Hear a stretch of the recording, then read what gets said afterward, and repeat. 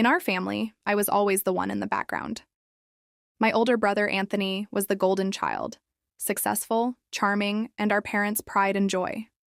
My younger sister, Mia, was the baby, constantly doted on. And me?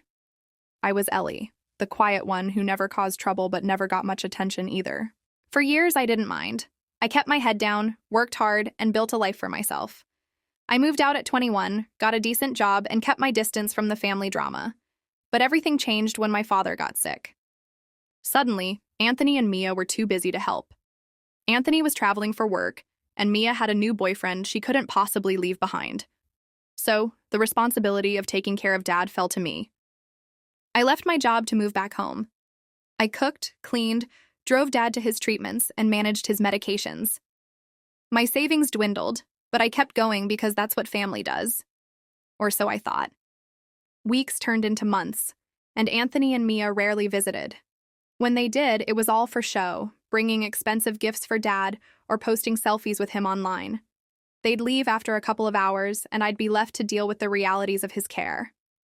One day, Dad asked me to sit with him. He handed me a small notebook and said, "Ellie, I've been keeping track of everything."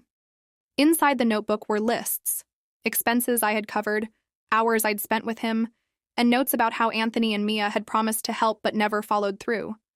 "I'm sorry," Dad said. "I see what you've done, and I'll make sure you're taken care of."